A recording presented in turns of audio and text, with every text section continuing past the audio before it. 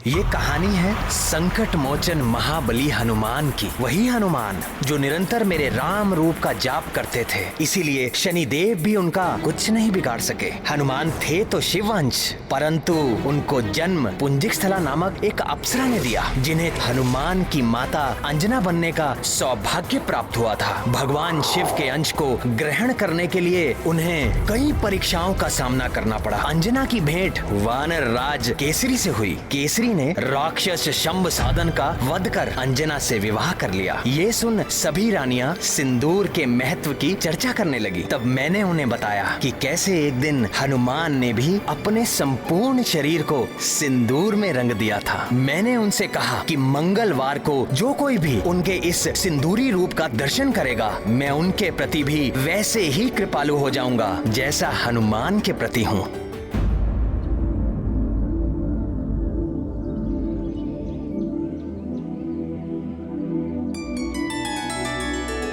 संतान प्राप्ति अस्तु।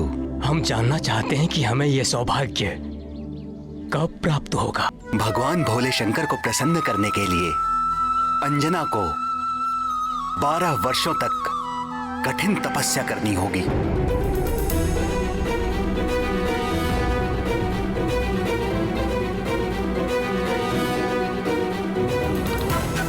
यहां से दक्षिण में त्रिलिंग देश में वेंकटाचल नामक पर्वत है, जिसे वाराह क्षेत्र भी कहते हैं।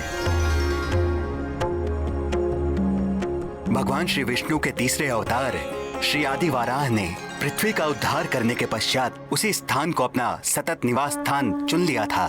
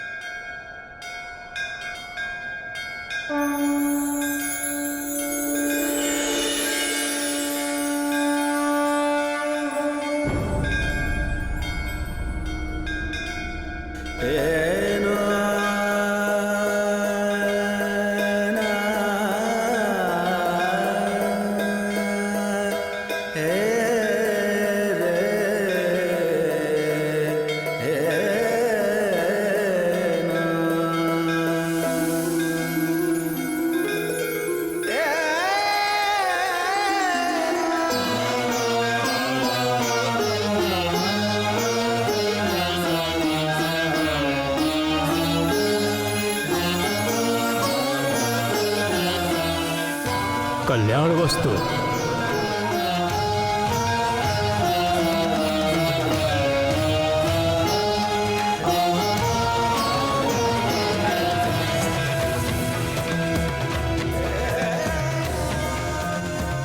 उसके उपरांत आकाश गंगा तीर्थ में स्नान करके तपस्या आरंभ करना। भगवान उमाकांत अवश्य कल्याण करेंगे।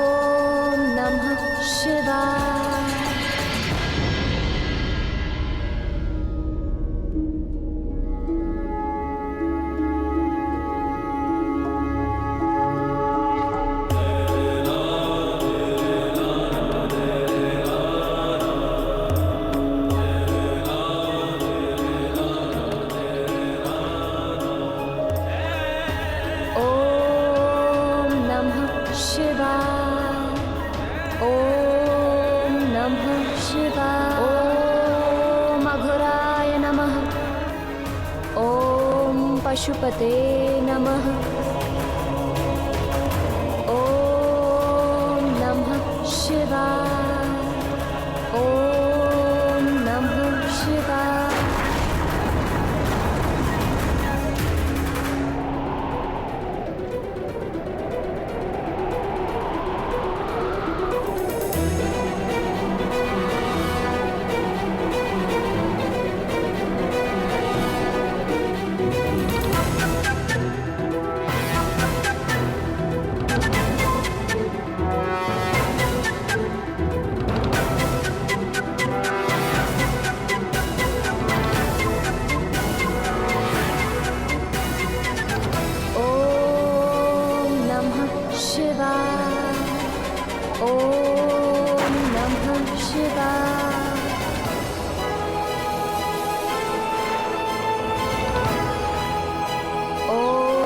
पशुपते नमः। इसी प्रकार कठोर तप करते हुए 12 वर्ष व्यतीत हो गए। अंजना की इस घोर तपस्या को देख देखकर करुणामयी जगत जननी भगवती पार्वती का हृदय निरंतर पसीजता रहा, किंतु कैलाशपति भगवान आशुतोष अपनी समाधि से बाहर आने का कोई संकेत तक नहीं दे रहे थे। अंततः सत्व मूर्ति शैलपुत्री का धैर्य छूटने लगा।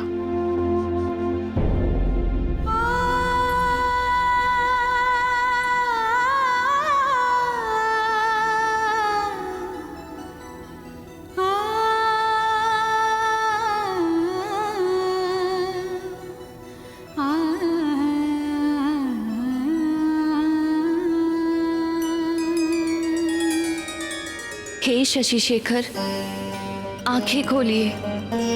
अंजना के तप से समस्त लोग कंपित हो उठे हैं। हे दीनानाथ, आप तो आशुतोष हैं, अपने भक्तों पर शीघ्र प्रसन्न हो जाते हैं। फिर अंजना के घोर तपस्या को तो 12 वर्ष बीत चुके हैं प्रभु, आप कब प्रसन्न होंगे? उस दीन के प्राण संकट में है दीनबंधु, दया कीजिए। आपके अंश का अवतार काल भी निकट आ पहुंचा है। आंखें खोलिए स्वामी और उसे उसकी तपस्या का फल दीजिए। आंखें खोलिए स्वामी और उसे उसकी तपस्या का फल दीजिए।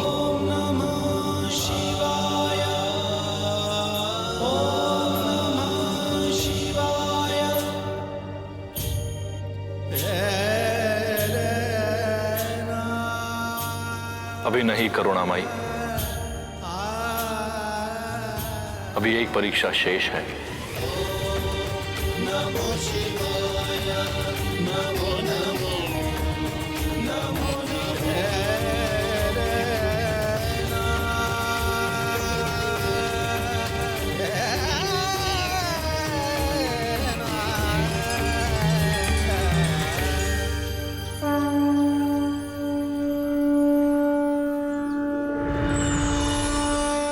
अंजना, तुम्हारा कल्याण हो पुत्री।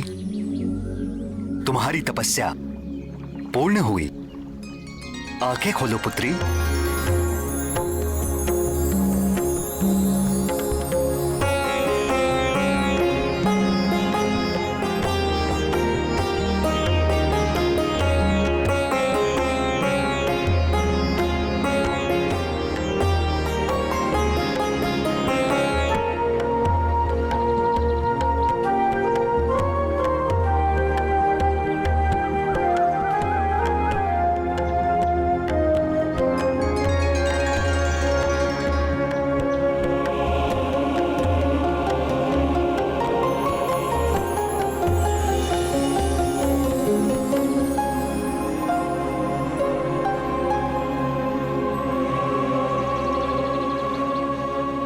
पुत्री, आगामी श्रावण कृष्ण पक्ष की त्रयोदशी को देवाधिदेव महादेव साक्षात तुम्हें दर्शन देंगे और आशीर्वाद प्राप्त होगा। उनके स्वागत का प्रबंध करो पुत्री। और ध्यान रहे पुत्री, भगवान भोले शंकर के सत्कार में कोई त्रुटि ना होने पाए।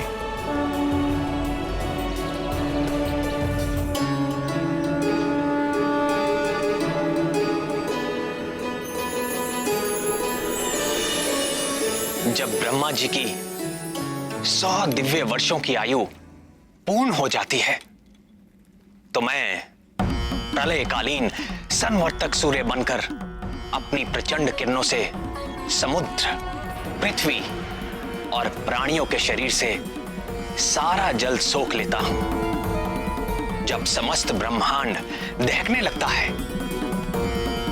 तो मैं ही प्रलयकालीन मेघ के रूप में सहस्रों वर्षों तक मोटी मोटी धाराओं से इस समस्त ब्रह्मांड को जलमग्न कर देता हूं। तब पृथ्वी जल में विलीन हो जाती है, जल तेज में, तेज वायु में, वायु आकाश में और आकाश अहंकार में लीन हो जाता है, अहंकार महतत्व में और महतत्व मूल प्रकृति में लीन हो जाता है।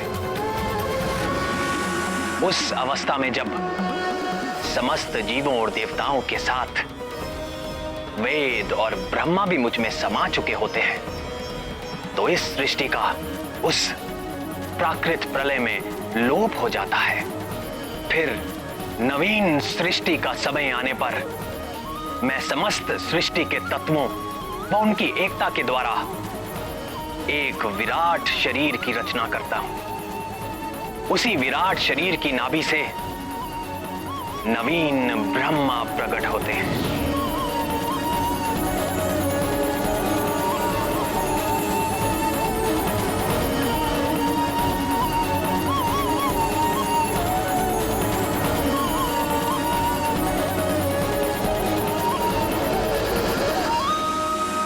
अगली प्राकृत सृष्टि के आरंभ में प्रिय हनुमान ब्रह्मा बनकर अपने इस जन्म में अर्जित ज्ञान, विज्ञान और मेरी प्रेरणा के आधार पर वेदों व पुराणों को धारण करेंगे।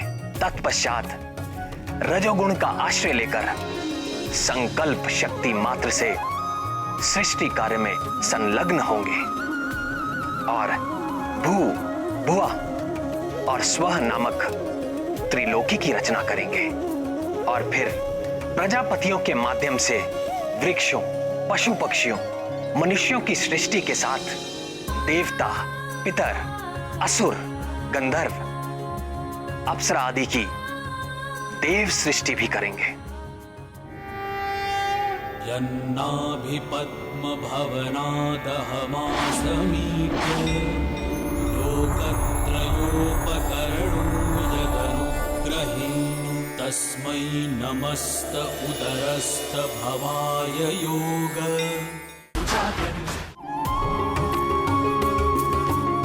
अपने आराध्य श्री राम के गुणगान और उनकी सेवा के अतिरिक्त महाबली हनुमान के हृदय में और कोई अभिलाषा नहीं।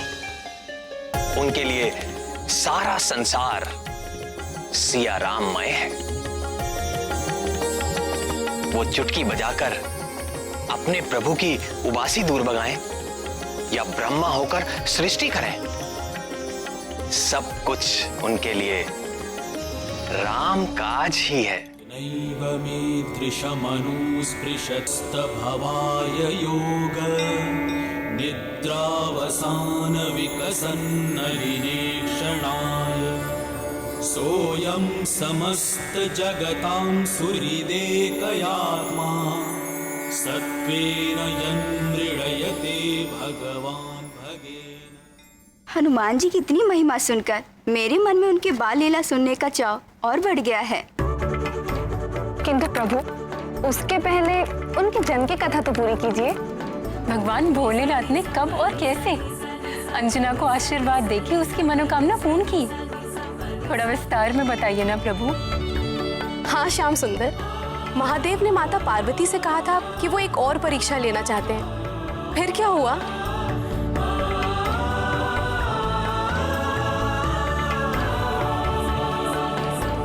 अंजना और केसरी को कहाँ ये ज्ञात था? वो तो भगवान नंदीश्वर के स्वागत का आयोजन कर उनकी प्रतीक्षा कर रहे थे। अंततः श्रावण कृष्ण पक्ष की त्रयोदशी का मंगलकारी दिन आ ही गया।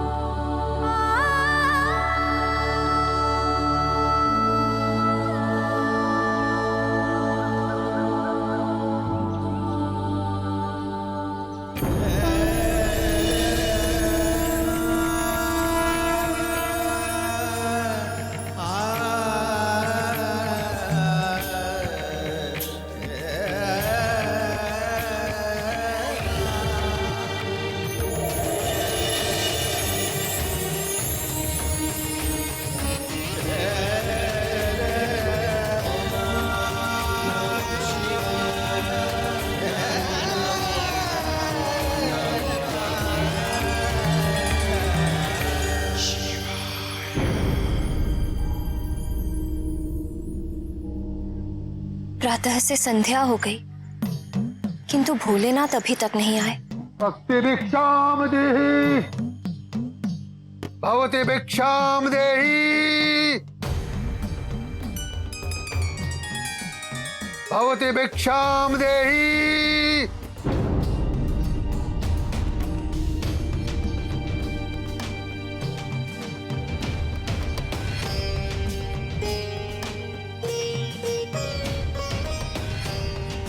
भवति भिक्षाम देहि।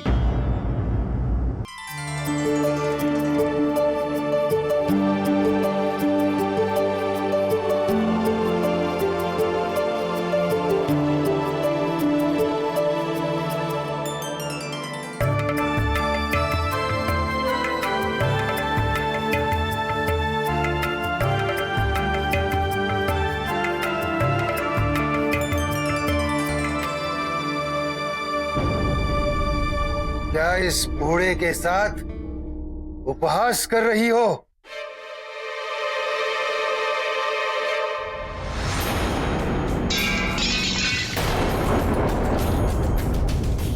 तेरे आधे दांत टूट चुके हैं, आधे दांत सड़ चुके हैं।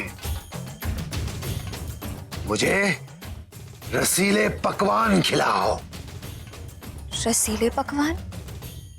ऐसे अनजान बनने का नाटक मत करो।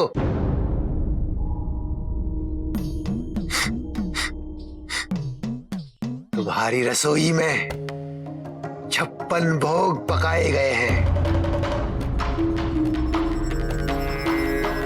और मैं बड़ी दूर से तुम्हारी उस सुगंध के पीछे यहां तक चला आया हूं। मैं वो भोग लगाए बगैर तुम्हारे द्वार से नहीं जाने वाला हूं।